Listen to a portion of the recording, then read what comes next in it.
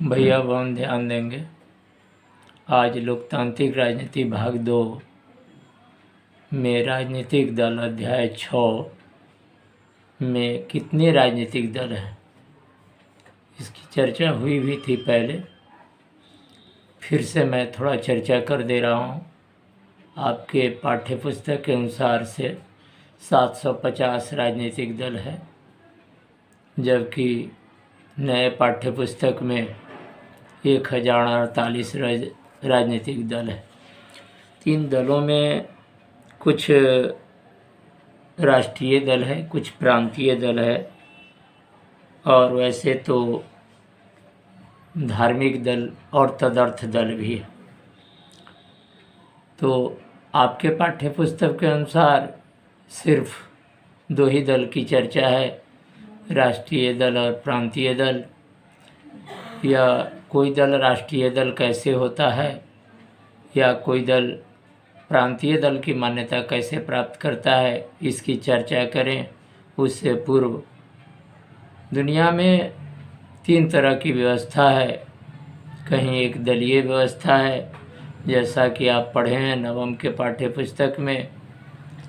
चीन में एक दलीय व्यवस्था है, वहाँ एक ही दल है और उसी से अनुमति लेकर चुनाव लड़ना है, सत्ता में बने रहना है, बाकी जनता को कोई अधिकार नहीं। कुछ ऐसे देश है जहाँ द्विदलीय व्यवस्था है, 2 ही दल है। ब्रिटेन और अमेरिका के बारे में आपने पढ़ा है। फिर और पूछेंगे जो इसके अलावा कितने दलों की आवश्यकता है, तो यह प्रश्न बहुत ही यथोचित तो नहीं लगता है। फिर भी कुछ देश है जहाँ बहुदलीय प्रणाली है और वे चुनाव लड़ते हैं। यदि कोई एक दल सत्ता में या बहुमत नहीं प्राप्त कर पाता है, तो उन परिस्थितियों में कई दल आपस में मिल जाते हैं, जिसे हम गठबंधन या मोर्चा के नाम से जानते हैं।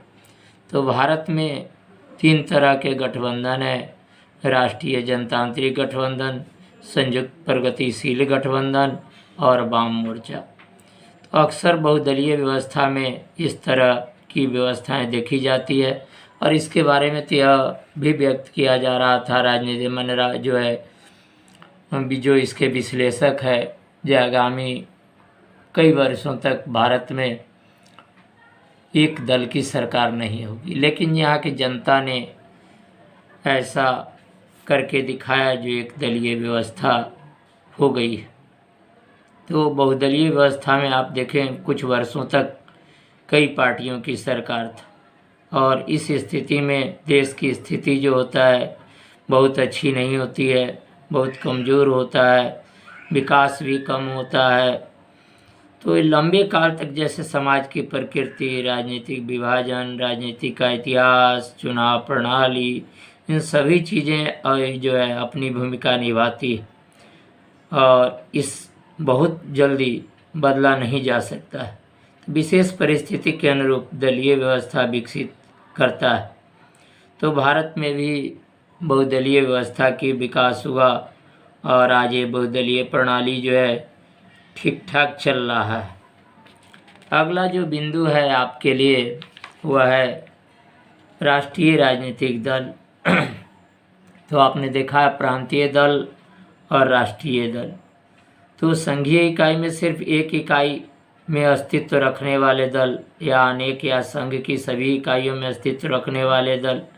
भारत में भी यही स्थिति है। कई पार्टियां पूरे देश में फैली हुई है, उन्हें राष्ट्रीय पार्टी के नाम से जाना जाता है। इन दलों के विभिन्न राज्यों में इकाइयां हैं। कुल मिलाकर देखें तो सारी इकाइयां राष्ट्रीय स्तर पर तय होने वाली नीतियां, कार्यक्रम और रणनीतियां को ही मानती है। देश की हर पार्टी को चुनाव आयोग में अपनी पंजीकरण कराना पड़ता है। आयोग सभी दल को समान मानता है, पर वह बड़े दल और स्थापित दलों को कुछ विशेष सुविधाएं देता है। इन्हें अलग चुनाव चिन्ह प्रदान करता है और जिसका प्रयोग पार्टी का अधिकृत उम्मीदवार ही कर सकता है। इस विशेषाधिकार कुछ अन्य लाभ पाने वाले दल, पार्टियां मान्यता प्राप्त दल कहलाते हैं। चुनाव आयोग ने इसके लिए स्पष्ट नियम बनाया है, जो कोई भी दल कितने प्रतिशत वोट पाकर मान्यता प्राप्त कर सकता है। तो जब कोई पार्टी राज्य विधानसभा के चुनाव में कुल मतों का 6% मत प्राप्त करता है या इससे अधिक हासिल करता है, कम से कम 2 सीट विधानसभा का जीतता है, तो उससे मेरा माने जो है प्रांतीय दल की मान्यता प्राप्त हो जाती है या क्षेत्रीय दल की मान्यता प्राप्त हो जाती है। तो इसको आप ध्यान रखेंगे, ये प्रांतीय दल की मान्यता कैसे प्राप्त होता है। फिर से मैं एक बार बता देता हूँ, प्रांत के चुनाव में 6% मत प्राप्त करता है, कुल 2 मैंने कहता है विधानसभा के सीटों में 2 सीट दर्ज करता है, तो ऐसे राजनीतिक दल को प्रांतीय दल की मान्यता प्राप्त होता है। दूसरा है राष्ट्रीय दल।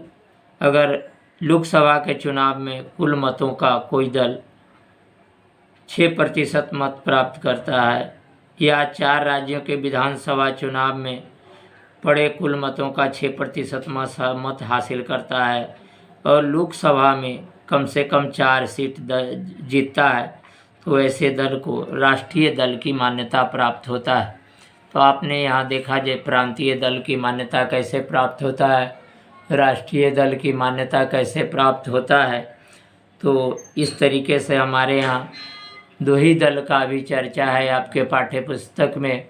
बाकी जो धार्मिक दल है या तदर्थ दल है उसके बारे में कोई चर्चा नहीं की गई।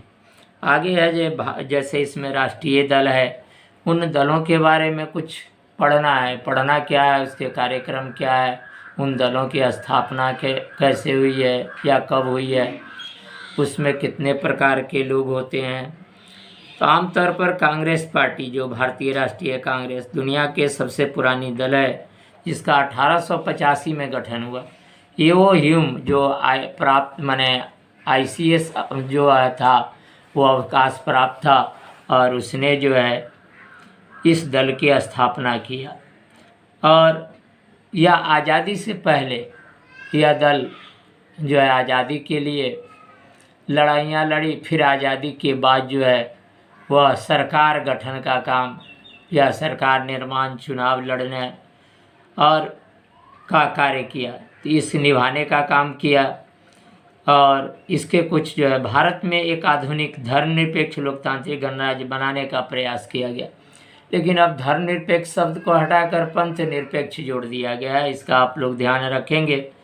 तो लोकतांत्रिक गणराज्य बनाने का तो प्रयास किया गया 1971 तक लगातार, यानी और 1980 से 1989 तक एक ही दल का केंद्र में यानी सरकार रहा, वह भारतीय राष्ट्रीय कांग्रेस का। धीरे धीरे इसका समर्थन पूरे देश में घटता गया, जनाधार घटता गया। यह दल जो है न तो वामपंथी विचारधारा को मानता है, न दक्षिणपंथी विचारधारा को मानता है, यह मध्यम मार्गी को अपनाता है। तो वामपंथ से मतलब है जो आधुनिक विचारधाराओं से, समाजवादी विचारधाराओं से मतलब है और परिवर्तन से मतलब है। दक्षिणपंथ जो प्राचीन परंपराओं के मानने वाले हैं, राजतंत्र को मानने वाले हैं, ऐसे विचारधाराओं को दक्षिणपंथ कहता है।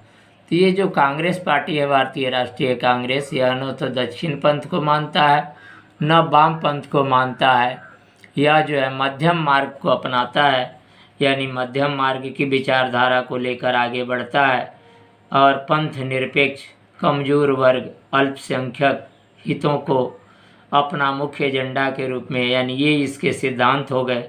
जो इनका क्या क्या सिद्धांत है, इसके नीतियों को का गरीब और कमज़ोर वर्गों पर कोई बुरा असर नहीं पड़े।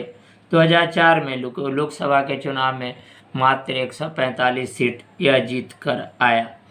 तो इसलिए इसके कुछ सिद्धांत और कार्यक्रम जो इसके आपके पाठ्य पुस्तक से हटकर है। जो पहला आम चुनाव हुआ तो कांग्रेस का प्रदर्शन कैसा रहा, और फिर दूसरा आम चुनाव, तीसरा आम चुनाव, चौथा आम चुनाव, इस तरह से इस देश में जनाधार कैसा रहा, तो आप इसके जनाधार के बारे में पता लगाएंगे।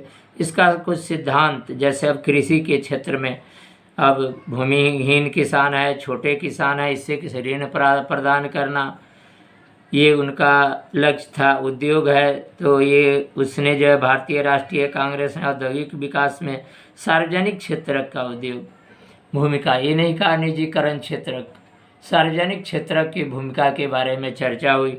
जो सार्वजनिक क्षेत्र की भूमिका, फिर शहरी संपत्ति के बारे में, शहरी संपत्ति की सीमा, रोजगार के अवसर के बारे में, चूँकि बेरोजगारी थी तो रोजगार सबको अच्छे मिले, इसके बारे में जो है यह प्रयास किया गया, यह नीतियाँ बनाई गई। यानी इसके सिद्धांत और कार्य शिक्षा और जन कल्याण है, जो बाल कल्याण है। कांग्रेस ने भावी पीढ़ी के गुणों में सुधार के लिए महत्वपूर्ण राष्ट्रीय कार्य मानकर शिशुओं को समुचित पोषण की व्यवस्था का स्वीकार किया तथा शिक्षा की व्यवस्था का विकास किया। विज्ञान और तकनीक के क्षेत्र में विकास का कार्य किया। जो आने वाले पीढ़ी जो है विज्ञान और तकनीक के बारे में, यानी विज्ञान या देश मजबूत हो विज्ञान के क्षेत्र में, तकनीक के क्षेत्र में।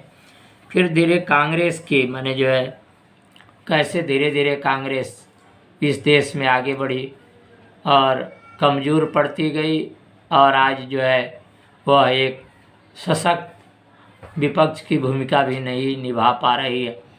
तो एक माने जो है राष्ट्रीय पार्टी जो है एक सशक्त विपक्ष की भूमिका निभाने में भी आज के दिन में वह सफल नहीं हो पा रही है। कहीं न कहीं उसकी कमज़ोर नीतियाँ होती जा रही है, तो इसको ध्यान रखना है। तो भारतीय राष्ट्रीय कांग्रेस का सिद्धांत क्या है, कार्यक्रम क्या है, ठीक है ना, इसकी स्थापना कब हुई है, इसको आप याद रखेंगे। और राजनीतिक दल, कितने राजनीतिक दल है, कितने प्रकार के दल है, आपके पाठ्यपुस्तक में इसकी चर्चाएं हैं, तो इसको भी आप तैयार करके रखेंगे।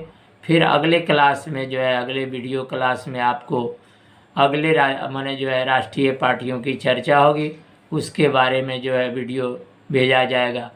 आज यह पाठ्यक्रम को यहीं विराम दिया जाता है। धन्यवाद।